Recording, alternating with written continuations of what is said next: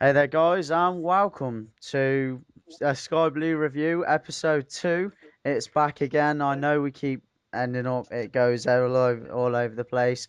One week we record an episode, the next week we don't. But, with me and Rob busy with work, we can never find time to do an episode together. But here we are, we found time. So, before the game started on Saturday, this Saturday against Hull City, we were in 22nd place. And I also want to introduce two of the new guests. We've got four people in the call today. So the other new guest is Chris, who is Rob's brother, and there's Amanda, who is Chris's girlfriend. Right? You guys all want to say hi? Hi. Oh, And Rob, right. do you want to give yourself a little intro as normal? Yeah, it's me again. You've heard me ramble on before, and I'll probably do the same again today.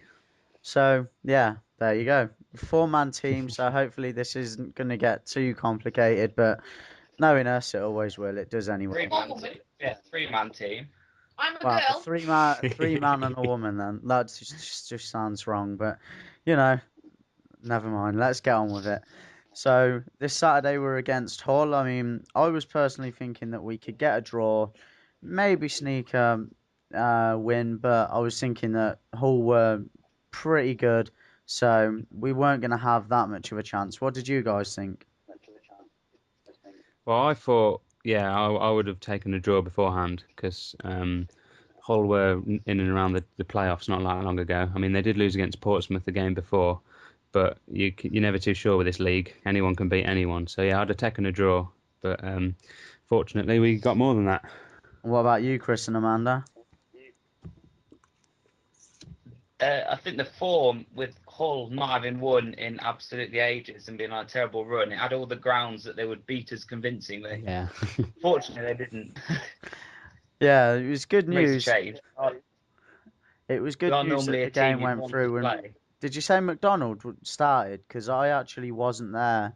I wasn't listening to it because I was at work. What was the actual No, team?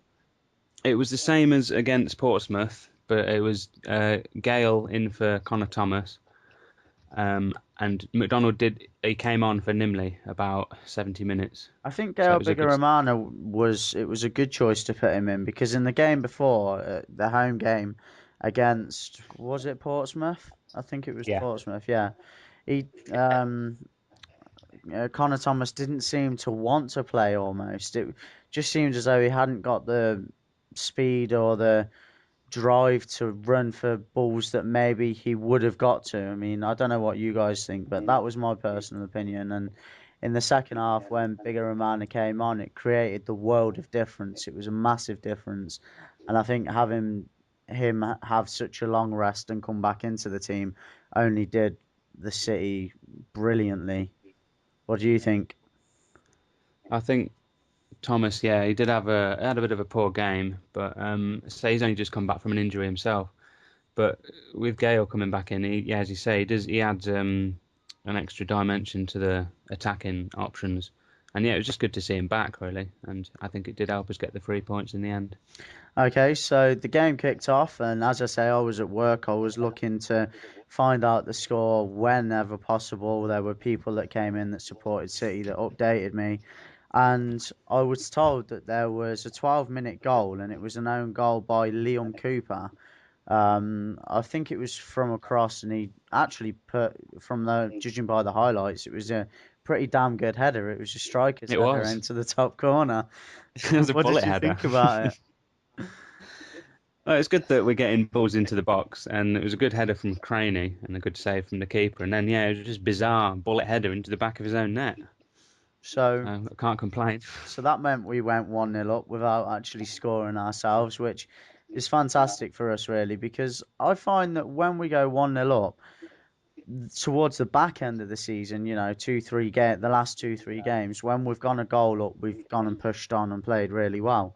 I know previously in the season, when we've gone a goal up, we've tended to sit back and we'd always concede late on and then concede another goal late on and end up losing. But I think the fact that we've now got Keogh, Hussey, Craney, and Clark. And who's that Yeah. echoing? Having them in the defensive line is a massive plus because obviously last season, in the back end of the last season, we had the same team, and again we went on a terrific run in the last 10 games to keep us up. What did you think, Rob and Chris and Amanda? If you want to get in on it. Yeah, I think it's good to have the old defensive line back. As we see, they've been solid. It's interesting to see that Andy Thorne's said that he wants them to remain unbeaten for the rest of the season. I mean, that would be an amazing achievement if they could do that. I'm not expecting it myself, but as you say, it would be brilliant, and it's good to have the defence, on song for once rather than being criticised. What do you think, Chris? Do you reckon we can go to the rest of the season without a win, without a loss even? Without a win, yeah. Yeah. But, yeah, the players seem to be, well, there's a good team spirit at the minute, not just in the defence, but through the whole team, which I think is helping. And like I say, it just breeds confidence with us having kept clean sheets the last couple of weeks and having won as well. I think, yeah, we can just go on from there, and hopefully, even if we grind out draws for win the home games and draw the away games, I think there's a possibility we could go unbeaten. Yeah. It's Southampton on the last game will Wow. be. Well, I've got to admit, I actually Tempting. think we can go unbeaten up until Southampton. I don't think we'll get anything out of the Southampton game. I just think Southampton will be too strong. I mean, I can't remember if they're top or second from top, but I know they're definitely fighting for the automatic places. And if they still are come the end of the season, then we probably will lose that because they'll have a hell of a lot to play for. And if we beat Bristol on Monday, which again is a massive game, probably the biggest game I'm ever gonna go to, or I've gone to so far throughout my time supporting Cov. If we win that, then that's a massive boost for us, and I honestly think that is the pivotal game that will send either Coventry down or Bristol down. Do you guys agree? Yeah, I mean, the last three home games for me are key because we've got Peterborough. I mean, they're pretty much safe now. But then we've got Millwall and Doncaster. We've got to beat them too if we want any chance of staying up. And as you say, yeah, Bristol, it'd be nice to go there and win. I can see it happening, but as we've seen with other games where we've taken a big away following and they've just fallen flat, like Forest away. Fortunately, I didn't go to that one, but Chris did. But yeah, hopefully it won't fall flat and they'll rise to the occasion. And hopefully with the win last Saturday, they can take confidence from that and yeah, spur on to get all the points we can get. So in the second half, 5 minutes before time, Cody McDonald managed to split the defence and put away what I thought was a fantastic finish. I mean, everyone was saying how rubbish he was and how little he could play and stuff like that. And to be honest, I think he's shown some signs of the Colchester form. Was it Colchester that he played for? I think he was on Gillingham. Gillingham, that was it, I not think so. Yeah, Colchester. That was top man. Clive Platt that was at Colchester, I think. I've probably even Yes, got yeah, that you're wrong. right. Yeah, no, he was, he was. But Cody McDonald seems to now come into his own a little bit, and I think he's got more pace than he's definitely got more pace than Platt. I've got more pace than Platt.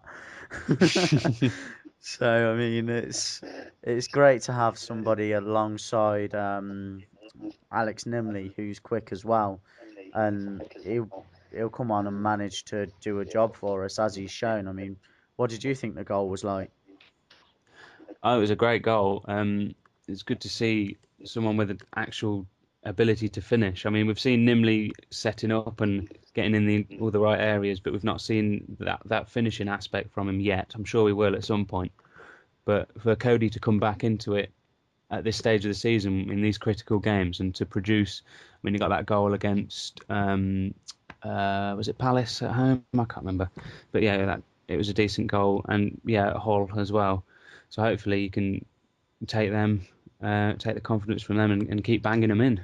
So at the end of the game, it finished 2-0, and fortunately for us, Bristol drew. I think it was.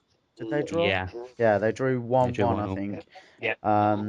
Which took us out of the relegation zone for the first time in Woo! since November. It's fantastic news, and I want to follow on from Chris's point. So this, I'll say it, and then Chris, you can follow on from it. The one person I think stands out in terms of the belief and the desire to want to keep us up is actually a player that doesn't that isn't contracted to us. It's the Man United loanee Oliver Norwood. He just seems as though he really, really wants to do so well for us. He's always celebrating the wins, and I'll be honest, I reckon he wants to stay into next season. I don't know what you guys reckon, but I really think he wants to play for us next season. I think he's taken the club to his heart and wants to do well for us. What do you reckon, Chris? I think he had a shaky start. His first game was a bit shaky, but I think following that, since he's scored his goals as well, like you say, he does seem to really embrace the fans.